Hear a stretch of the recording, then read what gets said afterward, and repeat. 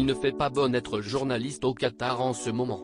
Quelques jours avant que la compétition ne débute, un journaliste danois a été menacé par un agent de sécurité alors qu'il se trouvait dans les rues du pays.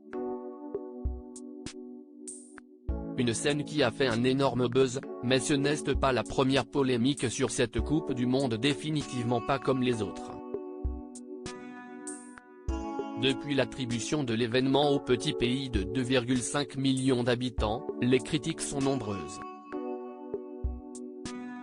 Manque d'infrastructures, température très élevée, absence de culture foot ou encore coût environnemental immense, le Qatar est sous le coup des critiques depuis plusieurs années maintenant.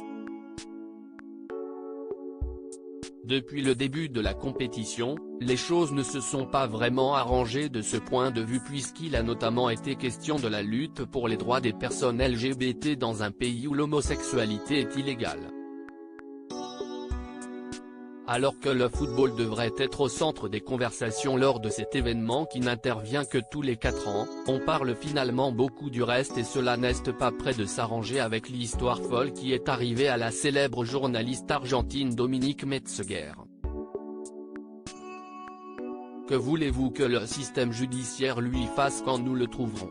Journaliste pour la chaîne Tudum Noticias, TN, cette dernière était en plein direct lorsqu'elle affirme avoir été la victime d'un voleur, qui lui aurait dérobé de l'argent et des papiers.